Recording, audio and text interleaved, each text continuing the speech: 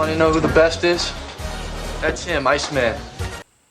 So of course this has to be in flight because, well, Tomcats are an exception. Tomcats actually look bloody fantastic, wheels down. But I need to work out how I'm going to pose this. So normally with a jet you'd maybe have the acrylic rod going out through the exhaust. I don't want to do that this time. I want to do what I've done with other big jets, like my MiG-25, my MiG-29, and that's a rod in the middle here. So what I'm going to do is probably around about this location here, I'm going to use this 12mm clear rod. I think it's 12mm.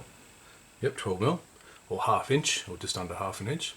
And I'm going to drill a hole, and I may actually do it to the one side here, not actually in the channel there, because the pose I'm going for is, if I just turn this around upside down, this Jane, how to explain, I should probably put a photo up there, but basically climbing and banking at the same time.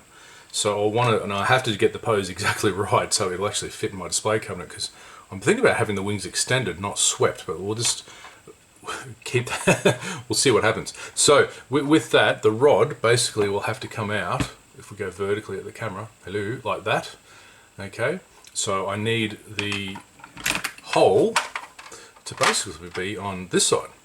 Okay, so on the right hand side, so I'll put it up here up against the nacelle, so the attachment of it is hidden somewhat. So I need to drill a hole in there, and I was trying to find some evergreen tube. I usually use tube to insert it on, but I don't have big enough to do the 12mm, so I'll just make a box of styrene for it to slot into. But then I'll have to use my heat gun, and so it'll be straight coming out, and then right at the bottom I'll do a J sort of curve, because I'm going to have it inside a large block of wood that I've just cut up in the shed.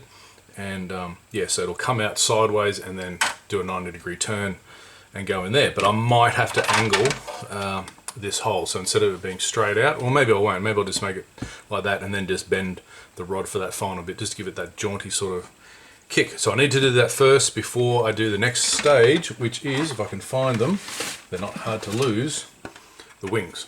Okay, so again, the wing fit wasn't the best. The yeah, lots and lots of flash, lots of maybe some broken off pieces as well. In fact, the edges where the navigation lights, I just cut them off and decided, well, because they were damaged so badly, I'm going to put some clear plastic in there anyway. There's no rivet detail on the flaps, so they need to be added, and also on the leading edge slats. So that won't take too long to do, and there's a pretty, it's not nasty, but I need to fill that in, the trailing edge, and give it a bit of a sand as well. So yeah, so it's a case of do the in-flight conversion, put the wings in, put the tail planes in, then I can actually install the fuselage together, and from all reports it's going to be a bit of a dodgy fit. So I'm well aware of that, so whilst I'm doing that, I'll be working on the cockpit next, so stay tuned.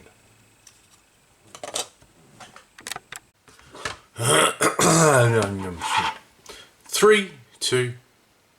So I've got the tube in. I did actually find a tube that would fit this 12mm acrylic rod, but as you can see at the end there, I've had to taper it and take a bit of meat off, so the rod would actually fit inside the tube, and it's a really nice tight snug fit, as you can see. So let's look at the underside, and then we can move on to closing this thing up, which is my goal for today or tomorrow.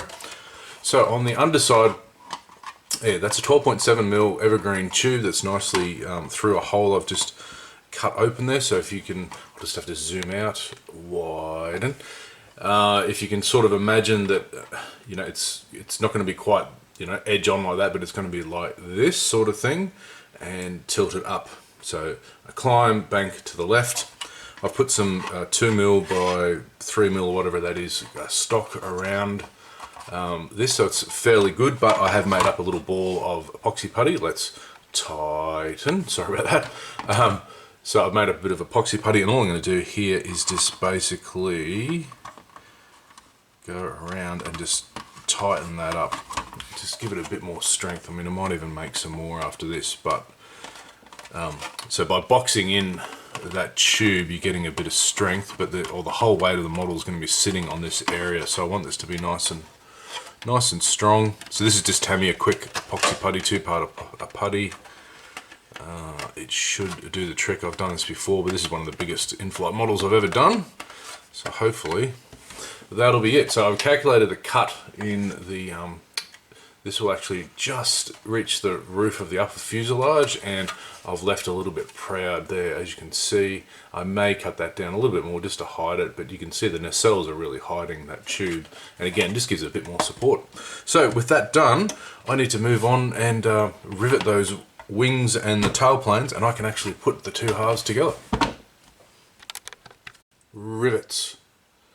So hopefully you can see that. So I've added rivets to the one of the wings. There we go. You can catch them in the light. Just go across there like that. I've closely matched the ones from the Tamiya 148 scale. Try to get them about the right location. And so there's much more on the top side. I think this is the top side wing. See them there. There we go. Just done all by hand using this U-Star one, and then on the other side there's not as many, just a few on the actuators and just on the wingtips. Now compare that to the other wing, which I haven't done, and you can see why you need to add some detail to this Revell kit. There's just some panel lines, and that's about it, and quite a few scratches. So I've got to get rid of those scratches. So it's just not much there at all. And in fact, oh, this one I need to do a bit more sanding on that trailing edge. It's not too good. And yeah, some of the panel lines just disappear into the trailing edge, so I've got to rescribe those. So once I've done that, oh, hold that thought. And then on the tail planes, it's got a really weird rivet pattern. So, and this access panel's in the wrong location, so I sort of made it sort of looking like what it's supposed to be. And then on the other one, you can see it's got no detail whatsoever, just that little access panel, that's it. So I just need to keep going. The riveting does hurt your hands, and just need to fix up a few things. And also I noticed a few of the wingtips are damaged as well, so I'll just putty them up, and then I can put the wings inside the fuselage. We can button the whole thing up, and I'll probably leave that update to there.